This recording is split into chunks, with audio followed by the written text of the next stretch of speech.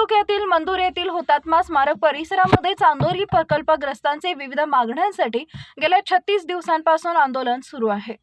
महिना उलटून गेला तरी प्रशासनाने त्यांची दखल घेतलेली नाहीये। वर्तमानपत्रातून ही बातमी वाचल्यानंतर इस्लामपूर येथील सद्गुरू आश्रमशाळेच्या विद्यार्थ्यांनी थंडी वाऱ्यात बसलेल्या या प्रकल्पग्रस्तांची भेट घेण्याचं ठरवलं। विद्यार्थ्यांच्या इच्छेनुसार शाळेनं नियोजन केलं। कप बुलबुल आणि स्काउट गाईडचे पथक घेऊन तब्बल 200हून अधिक विद्यार्थी व शिक्षक प्रकल्पग्रस्तांच्या भेटीला आले। शिक्षकांच्या मदतीने विद्यार्थ्यांनी आंदोलकांची भूमिका समजून घेतली। पत्राच्या माध्यमातून त्यांचे प्रश्न सरकार दरबारी पाठवण्याची तयारी दर्शवली। आपल्या लेकरा बाळांना सोडून महिन्याभरापासून उघड्यावर बसलेल्या प्रकल्पग्रस्तांना लवकर घरी जाता यावं म्हणून शासनाने त्यांच्या मागण्या पूर्ण कराव्यात अशी विनवणी सरकारला हे बालचमू आता करणार आहेत। जाता जाता मंदूर गाव तसेच हुतात्मा स्मारक परिसर, प्राथमिक आरोग्य केंद्र, स्मशानभूमी स्वच्छता करून स्वच्छतेचा संदेश देणाऱ्या घोषणा देत या विद्यार्थ्यांनी जनजागृती केली। स्थानिक शिक्षक सतीश पाटील यांनी सर्व विद्यार्थ्यांना नाश्त्याची व्यवस्था केली। धरणाच्या पायथ्याला निसर्गाच्या सानिध्यात तंबू ठोकून स्काउट गाईड कप बुलबुलच्या विद्यार्थ्यांनी वेगवेगळे उपक्रम राबवले। दगडाच्या चुली मांडून स्वयंपाक केला। सांस्कृतिक कार्यक्रमातून मनोरंजन केलं। मुख्याध्यापक सचिन पाटील, अशफाक अत्तार यांच्या मार्गदर्शनाखाली शिक्षकांनी संयोजन केलं।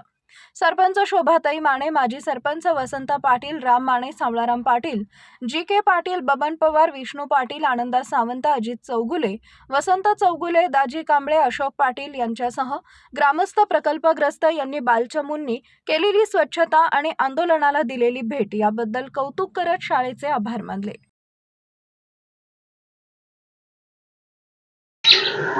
चांदोली परिसरातील मंदूर येथील हुतात्मा स्मारक परिसरामध्ये गेल्या 36 दिवसापासून चांदोली प्रकल्पग्रस्तांचं आंदोलन सुरू आहे। या आंदोलनाच्या बातम्या दररोज वर्तमानपत्रातून प्रसिद्ध होत आहेत। आमच्या विद्यार्थ्यांनी या बातम्या वाचल्या। त्याच्यामध्ये प्रशासनानं 36 दिवसापासून सुरू असणाऱ्या आंदोलनाकडे पाठ फिरवली आहे असं वाचण्यात आलं। त्यामुळे या विद्यार्थ्यांनी आम्हा शिक्षकांना भेटून या बातमींबाबत माहिती घेतली। या आंदोलनकर्त्यांना आम्हाला भेटायचं आहे, त्यांच्या समस्या जाणून घेऊन शासनापर्यंत आम्हाला पोहोचवायच्यात अशा अपेक्षा व्यक्त केल्या।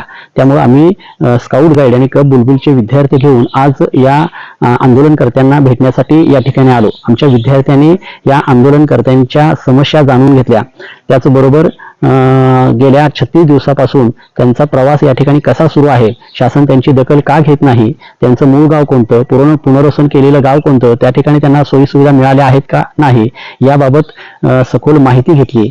आता शाळेत गेल्यानंतर या सर्व माहितीचं संकलन करून शासनाला आम्ही पत्राच्या माध्यमातून आपल्या मागण्या मान्य करण्यासाठी विनंती करू अशी ग्वाही या सर्व विद्यार्थ्यांनी आंदोलनकर्त्यांना दिली। आमच्या सद्गुरू जंगली महाराज शिक्षण संस्थेच्या वतीने सुद्धा आम्ही या आंदोलनकर्त्यांना पाठिंबा दर्शवला।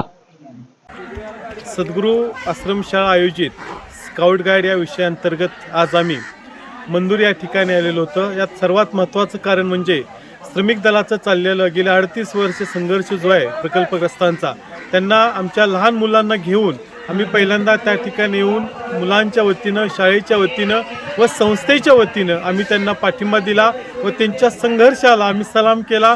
त्यानंतर मंदूर ग्रामस्थांच्या वतीनं आम्ही गावामध्ये जाऊन श्रमदान केलं। त्या अंतर्गत साफसफाई असेल, रस्त्यावरची झाडलोट असेल, विद्यार्थ्यांना श्रमाचं महत्त्व जाणून दिलं व थोड्या अंतरावर येऊन आम्ही चांदोली परिसरात जेवण आणि जेवणाचा आस्वाद घेतला।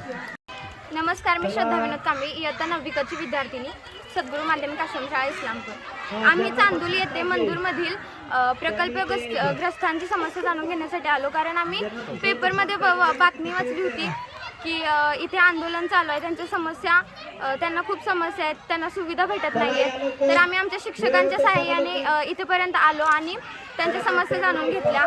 आम्हाला असं वाटतं की त्यांच्या समस्या सरकारने मान्य कराव्यात, मागण्या सगळ्या त्यांच्या मान्य कराव्यात, कारण त्यांची अवस्था आता खूप वाईट आहे। कारण आमच्या आईवडिलांच्या, आमच्या आजी आजोबांच्या वयाची इथं माणसं दिवस रात्र इथं बसलेले असतात, आंदोलन करतात, पण सरकार त्यांच्या मागण्या ऐकून घेत नाही आहे। तर आम्ही आता शाळेमध्ये जाऊन त्यांच्यासाठी, सरकारसाठी पत्र लिहिणार आहे आणि त्यात त्यांच्या मागण्या मागणार आहे, तर तुम्ही त्या पूर्ण कराव्यात अशा